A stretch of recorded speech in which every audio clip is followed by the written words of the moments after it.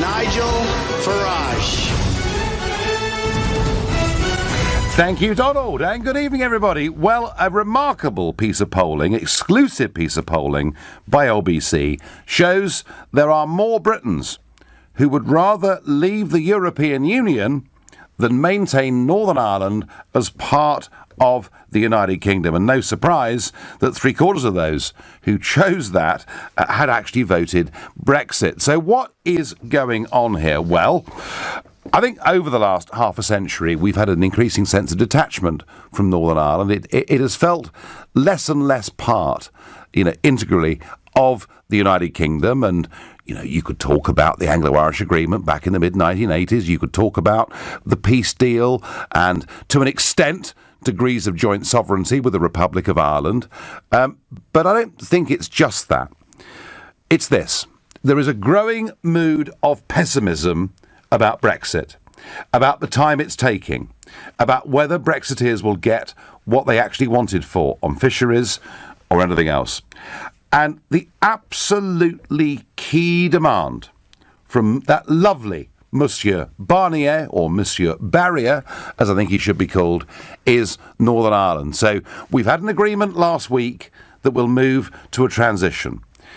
But as we move forward to negotiating some kind of free trade agreement, or even just trade agreement going ahead with the European Union, the sword of Damocles that is being held is Northern Ireland and the border. I personally believe that already there are massive differences between the Republic and the North, different tax rates, different currencies, different VAT levied on some products, and yet live and let live, we continue and we exist. But, to get a poll like this that says Brexiteers would rather have Brexit and be happy to ditch Northern Ireland, this is exactly what Mr. Barnier wanted. They would love the European Union to split up the United Kingdom, to see Brexit break us apart, and they do that at the same time as they're happy to see 5 senior Catalan politicians in the last 24 hours imprisoned and held because they want Catalonia to be independent.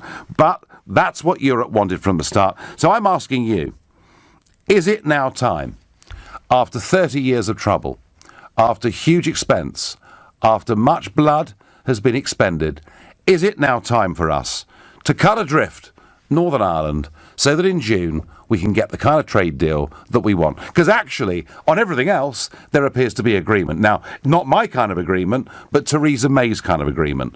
But getting anything on Northern Ireland with Barnier is going to be very difficult.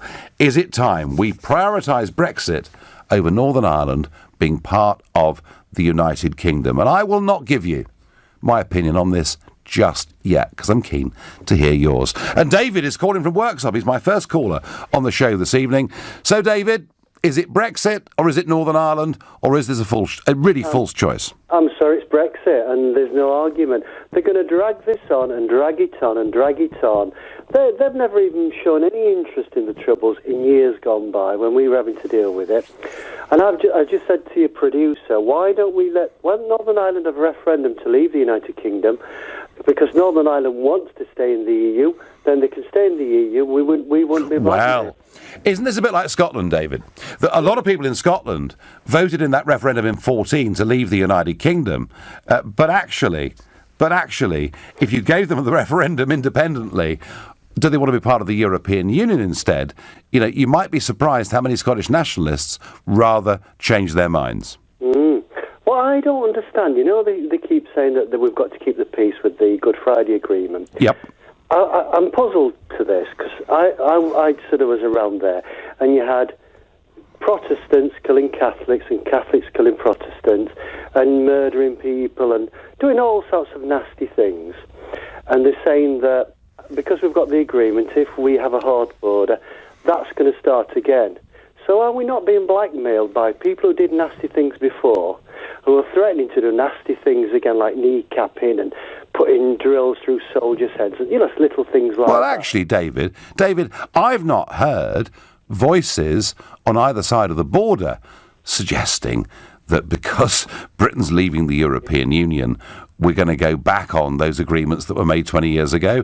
I hear it in Brussels, David. Yep. It's Brussels that are doing this. It's a smoke screen, and they're using it and exaggerating it because they don't basically want us to leave, and that's the end of it. They'll drag it out, and they'll drag it out as much as they can, until hopefully they'll think we get a Labour government who will overturn everything. That's the plan. But ultimately, David, given the choice, you would choose Brexit over Northern Ireland staying part of the UK. Absolutely.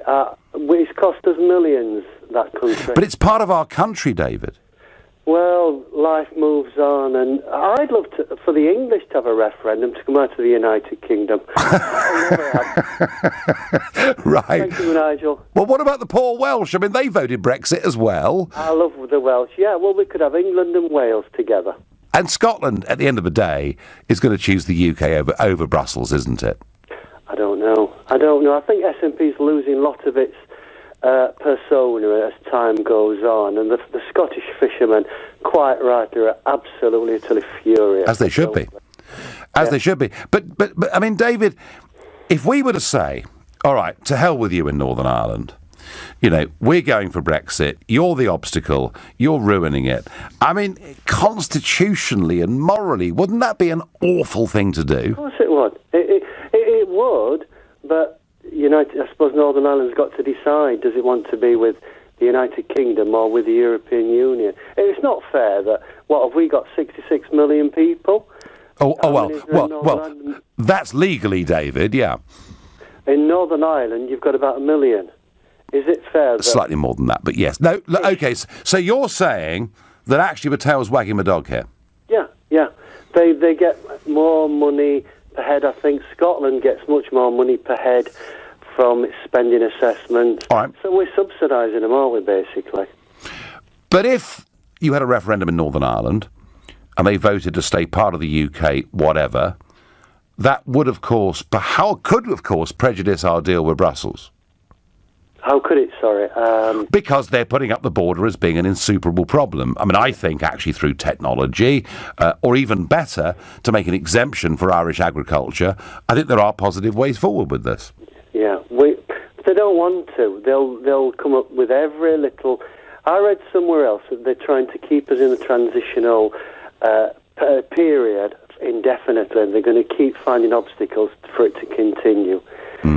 Well, David, my view on this, I think if you ask the people of Northern Ireland and gave them this hard choice, my belief is they would vote to stay part of the United Kingdom, and we could not, in those circumstances, jettison them. After all, we sent a task force 8,000 miles away to defend the rights of 1,800 people living on the Falkland Islands. Yeah. I mean, what we really want is to stay as we are, but people are using other situations to create as many obstacles. Right, so, but if it comes to it, in the final analysis, David, it's Brexit over Northern Ireland, yeah? Well, we've got to think about Britain. OK, no, well, David, thank you. You've made that very clear, and that's why the LBC poll is as it is. I get from Tony by text, Northern Ireland is British, and until they want something different to happen, we should be proud of them being part of our UK family. James is a brand new caller from Reading. Good evening. Hi, Nigel. Lovely to speak to you. Thank you. So, come on, is it Brexit, or is it Northern Ireland, or is that a false choice? All I'm going to say is that I completely agree with you that if the people of Northern Ireland had to make the choice themselves, they'd side with going to the UK over going to the EU. I'm a student at Queen's University Belfast, and as part of that, you look at the data of the sort of census and the surveys, and they all I mean, regardless of religion, political party belief, it's evident that the people of Northern Ireland want to stay as part of the UK above all else. It's about 70 or 80% want to stay as part of the UK rather than join part of the United Ireland or go independent. And I just don't think... I think we're making a problem out of absolutely nothing. There are existing processes in place, such as VAT. We have soft border for VAT. There's no reason why we'd have to do that for something we'd have to change anything. Well, I mean, James, if we had a free trade agreement with the European Union, there wouldn't be a problem at all because no tariffs would be applied. But the argument they're making is if we go to a tariff regime, there has to be a hard border. And yet, already, James, there's a different currency on both sides of the border. There's different tax rates on both sides of the border. Surely there's a pragmatic, sensible way of dealing with this, even with tariffs. Well, of course, there's a pragmatic and sensible way, and I don't think anyone on the island of Ireland is arguing for anything other than that. There's no appetite for it. It's mainly just used as a political football by the EU to try. It's Brussels, isn't it? It's Barnier. It's that bad boy Barnier who would love to break up the United Kingdom. James, enjoy your time at Queen's. I've spoken there a couple of times in Belfast. Great university. Thank you for your call. Well, James thinks it can all be dealt with regardless. It just needs us to be pragmatic and sensible. I do really rather agree. I certainly would not want us to jettison Northern Ireland just to satisfy that bully boy Barnier. You're listening to the Nigel Farage Show, exclusive in LBC. It's now 7:15. An exclusive LBC poll shows there are now a majority of Brexiteers who would rather Northern Ireland left the United Kingdom in order that we get a proper Brexit. And that's because Mr Barnier is holding the Northern Irish border over us like a sword of Damocles. I'm asking you, would you choose Brexit over Northern Ireland, or is this indeed actually a false choice? Do we need to stick together as a United Kingdom and tell the EU where to go? But before I go back to that, every single year, the Z-Yen Index publish their findings using 103 separate factors on which are the top financial centres in the world to do business. Now, I've no doubt any of you that listen to the news here on LBC will have heard the gloomy, dire predictions of Lloyd Blankfein from Goldman Sachs, who recently said, I've just come back from Frankfurt, had a great time there with Brexit. I'll be spending more of my life in Frankfurt. And you've heard that people could be moving in their thousands to Paris and elsewhere. Well, let me tell you that the Z-Yen Index for this year shows that London is still the top financial centre on the planet in which to do business, followed by a whisker by New York. But what's interesting are the changes. The changes are that cities like San Francisco and Chicago have shot up as being great places to do business, and Frankfurt has fallen 9 places and is now considered the 20th best financial centre in the world to do business. By the way, Paris doesn't even rank in those top 20. So when you hear that pessimism from those big banks who want us to stay part of the European Union, who warn you about London's future, just think of that poll and recognise that they're wrong. Because the same people told us back in 2000, if we didn't join the euro, London would collapse as a financial centre. By text I would choose Brexit first, of course. If Northern Ireland want to stay with Britain, then they should stop being difficult, says Kathy. No way. There is no either or for Northern Ireland. It's absurd. We have Brexit, we maintain the UK, we have to work harder to sort it out, says Phil from Thurrock. And breaking news, a German court has ordered Catalonia's ex-president, Carles Puigdemont, to be held in custody for the length of extradition proceedings against him, prosecutors have said. So, Puigdemont is going to be kept in prison in Germany as the Spanish government, having used a European arrest warrant, try to get him deported. I opposed the European arrest warrant back in 2001 when it first appeared before the European Parliament, and I was confronted by a very young-looking, mind you, I was quite young too, but a very young-looking Nick Clegg who said, with this, we can extradite terrorists, it'll make it easier to remove criminals from other countries, to which I responded, well, actually, we've had extradition in place with countries like France for almost 200 years. But no, I was told it was necessary, it would help to stop organised crime. And I warned from the start, this European arrest warrant could be used as a tool of oppression. And that is what is happening now in Spain. The Spanish government want to imprison all of the people that have campaigned for Catalonian separation and independence. And I'd remind you, not one of them has used a gun, has used violence. They just have a different point of view. The whole thing, in my view, is outrageous.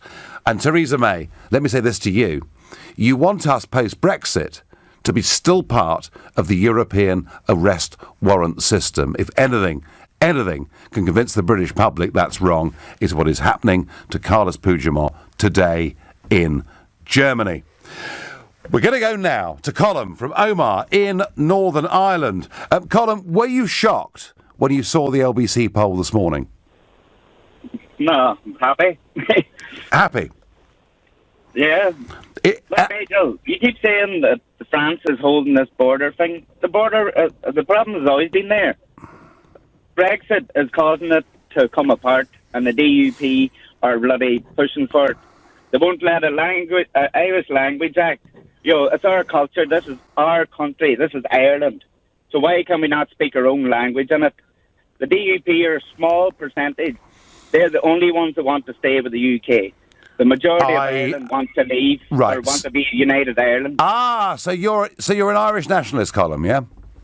I am. Okay. And the majority says, it doesn't matter. See Brexit. With it starting, the DUP has brought all the skeletons out onto the out of the closet. And whether we get it with Brexit through the deal or whatever, it doesn't matter because a border poll's coming within 5 years and there will be a United Ireland. Let me ask you, Colm, as a self-professed Irish nationalist, do you want the island of Ireland to be part of the European Union? Well, first of all, I want them to be part of Ireland. No, I asked you a separate question. Do you want... I don't mind. You don't mind? So you call yourself an Irish nationalist, but you're happy to be governed by Mr Juncker. How does that work? Well, I'd rather them than they haven't murdered. Would you really? Eradicated. Right, so you don't believe in democracy, you don't really believe in Irish independence, you just hate the British, yeah? No, I just want my country back. But you've accused us. You've accused us. In my own country without having to feel like a second-class citizen. And why would you, living in Northern Ireland, why would you feel today a second-class citizen? What do you mean? The DUP, they talk, and I watch the House of Commons all the time. The DUP sit there like, Sinn Féin's this and that. They're anti-gay, anti-everything. The majority voted for gay rights, and they bloody vetoed it. Well, let me put this back to you, Colm. Sinn Féin, do you know what? When it came to the Lisbon referendum, the treaty referendum that took place in Ireland, and I hummed and hawed, but I shared a platform in Dublin supporting the no side, and I shared that platform with Mary Lou MacDonald, Sinn Féin, MEP, and now the leader of that party. And many people who knew me well were very surprised that I shared a platform with Sinn Féin. I did so, Colm, because Sinn Féin in those days were sincere, genuine Irish nationalists, and they had the same view of the European Union that I've got. And now Sinn Féin, and I'm guessing you must vote for Sinn Féin, given what you've said on this telephone call, and now Sinn Féin want a united Ireland to be part of the European Union. Haven't they completely sold out any concept of Irish independence? No. The EU are only seeing for this problem, or not a problem, you keep saying it's an Irish problem. This is a British problem. You are the one who wanted to leave. And the majority said they wanted to stay. But you don't see it as a thing. Boris Johnson, the way he talks, it's fine. Well, if he starts war in my country again, God help him. And why would he do that? The way he talks, the way he goes on, he treats it like a two boroughs in London. We took plenty of tax of people. He has no understanding or clue of life the way it is here. So how do you exist, Colm, today? And there you are living in Omar. How does this border work today, or this non-border work today, given different currencies, different taxation regimes, different VAT rates? How does it operate now? What do you mean? I can drive from here now down to Strabane, and I can go to Lifford. I can fill up in Lifford for a couple, for Europe with euro. It's so easy. There's no... Right, there's no... so given different currencies, different tax rates, different VAT regimes, it's easy, yeah? You just said it's easy. You can go down and fill up in euros, and it's easy. So why would it be more difficult? So why would it be more difficult if there are tariffs on some on some products? Because the smuggling will be right. They're always ready. But the smuggling's rife already, Colin. You know that. Depending on the relative value of the pound against the euro, all sorts of things go on. But that's considered to be a price worth paying for political cooperation and peace, surely. But to us, right, the border thing, the problem to me is nothing to do with economy or, trade or anything. It's about there being if there's going to be a British presence. Right. So you just hate the British, yeah? You just hate the British. Fighting guns at my head when I was only a kid through my park. Well, but nobody is suggesting a return column to anything like that, are they? The rhetoric coming out of the DUP, you want to see the way they're going on here. They go over to London and act like they're sweet caramel, you know what I mean, and House Commons and Sinn Féin and the Irish nationalists are monsters. We're asking for equal rights. All we want is a language act. There's one in Scotland, there's one in Wales. They want to be like the rest of the UK, but they voted there for 1 million school dinners to be taken away from Scotland, Wales and England, but not here, Colin, let me just put this to you. That if your dream of a united Ireland came true, would there actually be any point in it if you were European Union members? I wouldn't care. You wouldn't care. Well, Colin, I have to say that you're very consistent against the British presence in Northern Ireland, and you may well have justifiable history for doing so. But how can it make sense to call yourself a nationalist and yet at the same time to think being part of the EU is fine? I don't really get that or understand it. You're listening to the Nigel Farage Show, exclusive in LBC.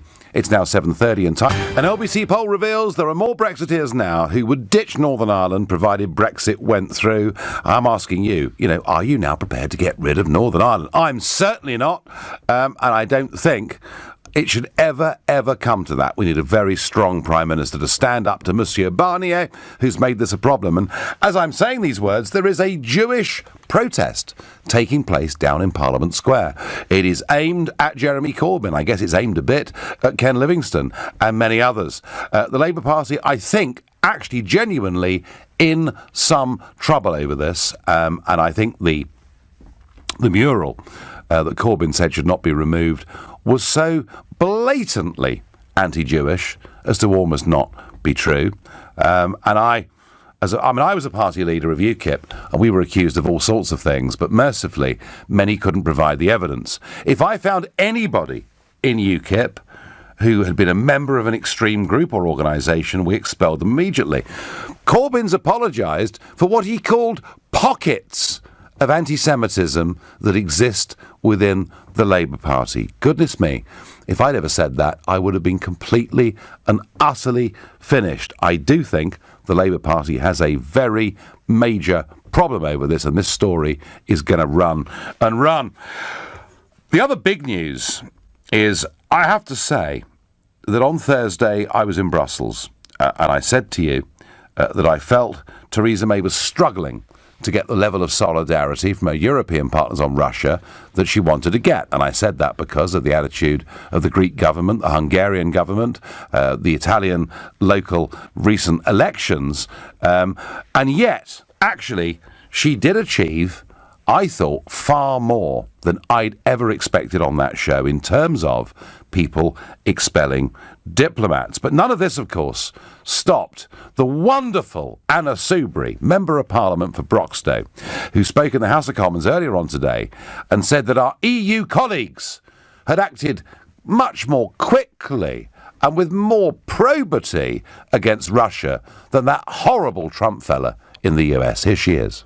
It was noticed by many people that our European Union colleagues and allies acted more quickly in support of the Prime Minister's firm and fully proper actions against Russia, more quickly than the President of the United States.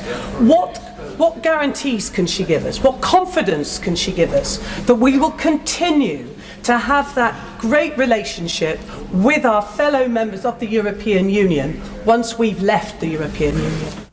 Poor Anna Soubry, who has been driven virtually mad by Brexit, clearly doesn't understand facts, figures and numbers. Anna, if you're listening, perhaps if you're driving, pull over for a moment and hear the scores on the doors. So in terms of the expulsion of diplomats, France 4, Germany 4, Poland 4, the Czech Republic 3, Lithuania 3, Denmark 2, Netherlands 2, Italy 2, Spain 2, Estonia 1, Croatia 1, Finland 1, Hungary 1. Gosh, it's beginning to sound like the Eurovision Song Contest, isn't it? They're doing this really more as a gesture than support. Latvia 1, Romania 1, Sweden 1, the Ukraine 13, Canada 4, Albania 2, Norway 1, and America 60. Yes, that's right, Anna. 60. So if you were keen for tough diplomatic action to be taken against Russia and you condemned President Trump for being slower than your European allies, he on his own has expelled far more than all the rest of them added up together. And I think before you get up and make these ludicrous speeches in the House of Commons, maybe, Anna Soubry, you should either check your facts or simply put a sock in it. Back to Northern Ireland. What should we do? Many Brexiteers, very frustrated. Monsieur Barnier, I think, beginning to win his agenda, beginning to get to a point where we might just break up the United Kingdom to get Brexit because he's putting up such huge barriers. I think it's a false choice. Alan from Belfast says, if people here in Northern Ireland had to choose between the EU and the UK, we would pick the UK every day. Alan, I think that is absolutely right. I'm not suggesting a referendum in Northern Ireland on this, but you know what? It could, in the end, come to that. It's Great Britain and Northern Ireland, and that's the way it has to stay. Why, oh, why do people forget how the EU negotiated, and then broke Greece? Well, absolutely didn't they? And their former finance minister made the point that actually, it's, Varoufakis, it's impossible to negotiate with these people. Why does anyone expect anything strong and positive from the Tory party and their drip of a leader, says Caroline in Hampshire. The common sense approach would be for Ireland to leave the EU and to join a union that is really important to them. They should come back to the UK. Economically and socially, we are far more important to the Irish than is the EU. We should never lose Northern Ireland and our old friends should come home, says Anthony in Greenwich. Well, look, I don't think for one moment the Republic of Ireland's going to rejoin, a new concept of Great Britain. But what I do think is there is a great myth about the Republic. The myth being that they're all massively pro the European Union. Do you know, twice in the last 20 years, the Irish have voted against European treaties. They are stuck inside a currency which is almost of no value to them because most of their overseas trade is denominated in sterling and in dollars. And at some point, Irexit will become a real debate in that country, but we're not there yet. But for now, many, and I guess it's probably mostly in England, are beginning to think, do you know what? We had 30 years of troubles, lots of cost, lots of blood, lots of misery, and now it could be that the Irish border stops us from getting Brexit, and they're getting a bit cheesed off about it. Anne is calling from Belfast. Good evening, Anne. Hi, Nigel. First of all, there's a couple of things, but my battery's beeping, so just bear with me. OK. Who put Barnier in charge? Where does he get off telling us what to do? If they want to put in a border, let them put in a border. They'll suffer. They'll strangle one of their own member states. It's not going to affect us the same way as it will affect them. Well, that's absolutely right, Anne, because it is Republic of Ireland agriculture that stands to lose the most here, isn't it? Absolutely. And as for the border and the smuggling, that guy that you had on before the break, he was another professional victim, an Irish Republican sympathiser and a DUP hater, anything but, everybody's welcome, Brits out. We've heard it for years, decades and decades, and it won't stop. And the only people that's threatening trouble here aren't the DUP, but it's Sinn Féin. Because what Sinn Féin doing is they're threatening that the troubles could return and if there's a manned border, there could be terrorism. But any terrorism that takes place will be on their call, not on ours. Yeah, I mean, I was very interested now. When I was in Belfast a few weeks ago for that, and I spoke at a rally in Belfast for those that actually do want Irexit. What I was struck by was very interesting. It was a new kind of Irish nationalism, mostly young people, and for once it wasn't anti-British and anti-English. And I thought Colin and his attitude, actually, to me, Anne, represented the bad old days. And of course, there are the victims. Victim makers, more like it. Victim makers. Anybody that's doing any threatening around here is them. And if Barnier wants to make Leo Varadkar put up a border, then let them do it, because they're the ones that will suffer. Isn't it amazing that I'd like to see a border, because it'll keep the scum smugglers out from coming across the border here and doing their arms smuggling or whatever else it is that they're doing. Well, I'm sure, Anne, there are scum smugglers, or there are bad people on both sides of borders who will take advantage of things.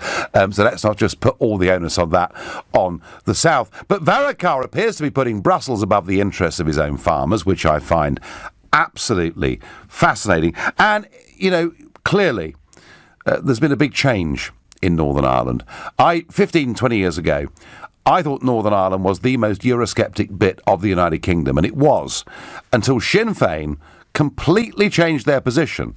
You know, Gerry Adams said before the Lisbon Treaty referendum, we have not fought the British for 500 years to have the island of Ireland governed from Brussels. And now they appear to be a fanatically pro-Brussels party. What do you think, Anne, has changed Sinn Féin's mind? Vote. Any vote. Foreign votes. Any votes will do. That's what's changed their mind. They're Marxists. That's what they are.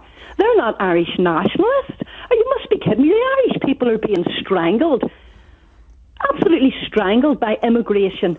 African gangs are running the streets. The people are out marching and protest on a regular basis. It never hits the news. And yet Sinn Féin have gone in this very pro-EU direction. Had they not done so, Anne, had Sinn Féin stuck with their anti-EU position, my guess is that Northern Ireland would have been the biggest Brexit part of the United Kingdom. Absolutely, but Project Fear took a hit. But Project Fear came in, and a lot of people voted for to remain.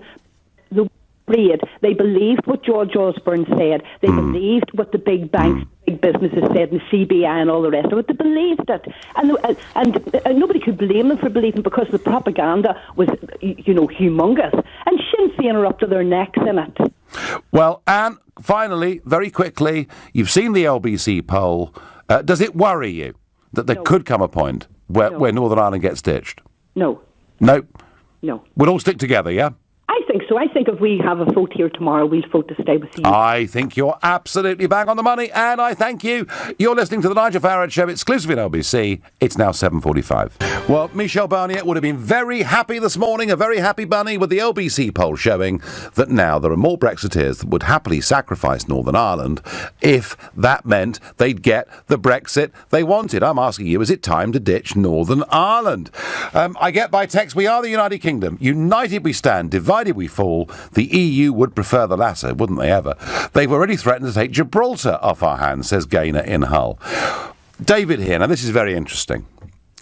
Would it be acceptable to both the Irish and the UK governments to designate a number of trade border crossings for HGVs and other commercial vehicles, whilst leaving other roads across the border available for the Irish people to freely travel, as indeed they've done for many, many decades? There is no need for Northern Ireland to break away from the UK, says David. David, problem. You're trying to be pragmatic. You're trying to be sensible. You're trying to be grown up. Monsieur Barnier wants to make Brexit impossible, and that to me is what is really going on. Mark is a brand new caller to LBC. He's calling from Romford in Essex. Good evening, Mark.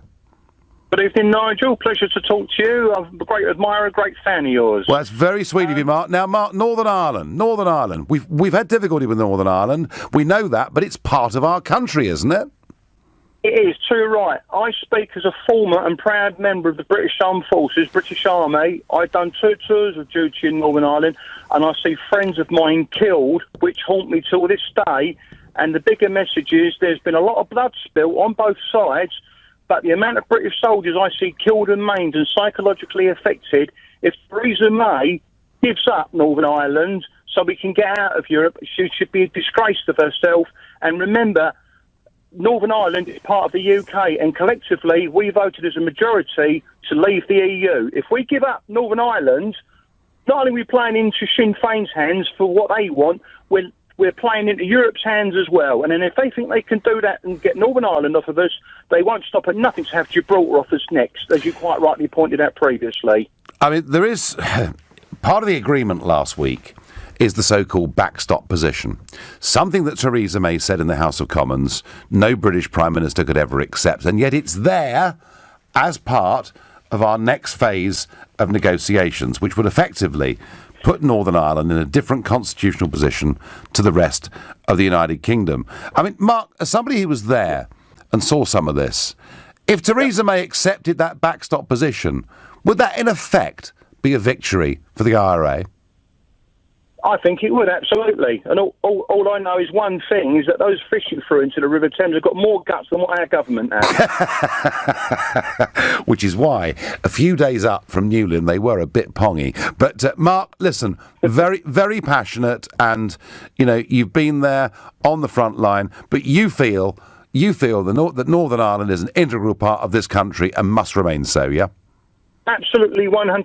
Anything less is just to give up on our country and a breakup. No, listen, very powerful point of view, Mark. I thank you very much for your call. Do call again when we're on this subject. Adam, another brand new caller, is calling from Madrid in Spain. Good evening, Adam. I am indeed. I'm calling from Madrid, where I believe I may be your number one fan. Right. Well, don't say that. Otherwise, Adam, they might put you in prison along with all the Catalan leaders. So be jolly careful.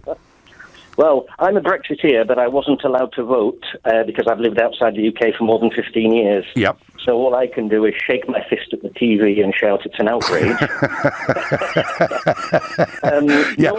Or even better, Adam, you can call LBC and say what you think, which is what makes this a great station. Exactly, which is why I listen. Good. Okay, Northern Ireland. Yep. I believe that everybody is in for disappointment. I think that this drop-back position that has been put into the agreement is something that the British government is very happy with, because they're going to do what all European governments do, and they're going to use the European Union as an excuse to do something very unpopular. And they're going to say, we're very sorry, we haven't found a solution. Northern Ireland is going to have to remain inside the customs union, the single market. And that is going to be a first stage in slowly pushing Northern Ireland into the arms of the Republic. That's what I believe. And I also believe that they're going to do the same with Gibraltar. Well, I mean, the Gibraltarians would not accept that, absolutely full stop. And I think when pushed... They wouldn't, Nigel, I agree. I've been there lots of times. Yeah. I know, I have friends who are from Gibraltar. They wouldn't want to accept it, but 6 million people in Hong Kong didn't really want to accept it, and they got short shrift. But that was somewhat different, Adam, wasn't it? Because there was a leaseback contract. Yeah. There was a leaseback contract on the territories, etc. On the new territories, not on the island. I know, and maybe we could have. I'm not saying I agree with the British government, Nigel. What I'm saying is, I don't believe the British government gives. I don't know if I can say on the radio, give a damn about what the people in Gibraltar think, and I don't think they're too concerned about what the people of Northern Ireland think. Well, to be honest with you, Adam, I have felt that successive British governmts have begun increasingly to treat Northern Ireland as a separate place anyway. Almost as an embarrassment in some ways, I think they treat it. Yes, They think that the Unionists, they treat them as an anomaly, unless they need them in Parliament. Well, isn't that funny that, of course, that now the Conservative government, Mrs May, couldn't exist without 10 DUP MPs? Exactly. But, like I say, my view is they're going to do what all European governments have done with the European Union and say to their population when they're going to do something unpopular, it's not us, it's Brussels who's telling us we're really sorry. So you see, Adam, the Brexit deal perhaps giving Northern Ireland a different setup to the rest of the UK? Yes, I do, and I think it's going to be a first stage might take another 50 years, but I think the British government know exactly what they're doing by... The trouble is, Adam, in the agreement. I fear you may be right. I fear that what Theresa May said would be unacceptable to any British Prime Minister could come true. The worry, Adam, is, and the LBC poll shows it, would enough of the rest of the UK care anymore? They wouldn't. And I suspect Theresa May, once she's undersigned all this, signed on the bottom line of all this deal, we may not have a Conservative government next time round. I think the Labour government would be even happier to see Northern Ireland given a separate status. Oh, well, look, Corbyn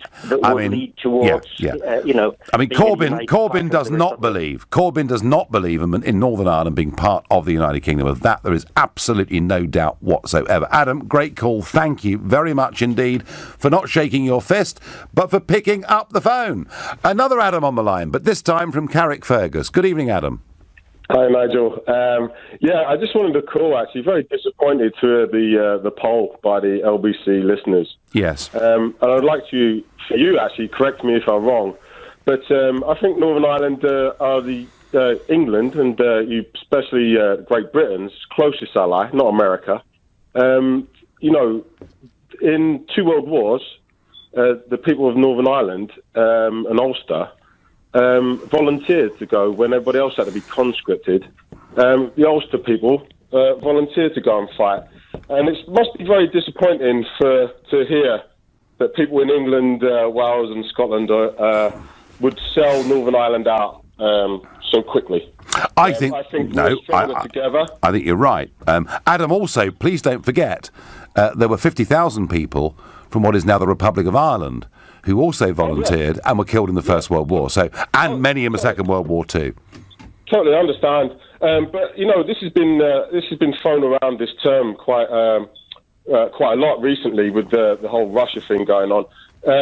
It's divide and rule. That's exactly what the EU wants. I mean, Adam, Barnier, in many ways, has got what he wants. And I think what this poll reflects, because what the poll also says is an increasing level of pessimism about Brexit, how long it's going to take, how clean it's going to be, and how many of people's expectations who voted Brexit are actually going to be met. And I think what this poll reflects is, look, if the last sticking point to getting what we want is Northern Ireland, the hell with it. I think, Adam, that's what people are saying. I don't agree with it myself at all. But do you understand the frustration of people who voted Brexit, thought we'd be out by now, and are now facing a transition period? Nigel, I spoke to you a few months ago and you called me pessimistic because I said Brexit won't happen, and it's not going to happen. They're going to do everything they can to throw the spanner in the works, and they're using Northern Ireland border because that's all they've got. I know what they're doing, Adam. I know what they're doing, but I also feel there are so many people in this country that want Brexit, even more than at the referendum. Adam, I thank you very much indeed for your call. I thank all of you for your calls and a massive level of passion on this. LBC have really lifted the lid on a very important, powerful debate. The reason it is where it is because of increased pessimism. That's my view. You've been listening to the Nigel Farage Show here on LBC. I'm back tomorrow night at 7. At 10 tonight, it's Ian Collins. But up next, it's Clive Bull. Nigel, thank you.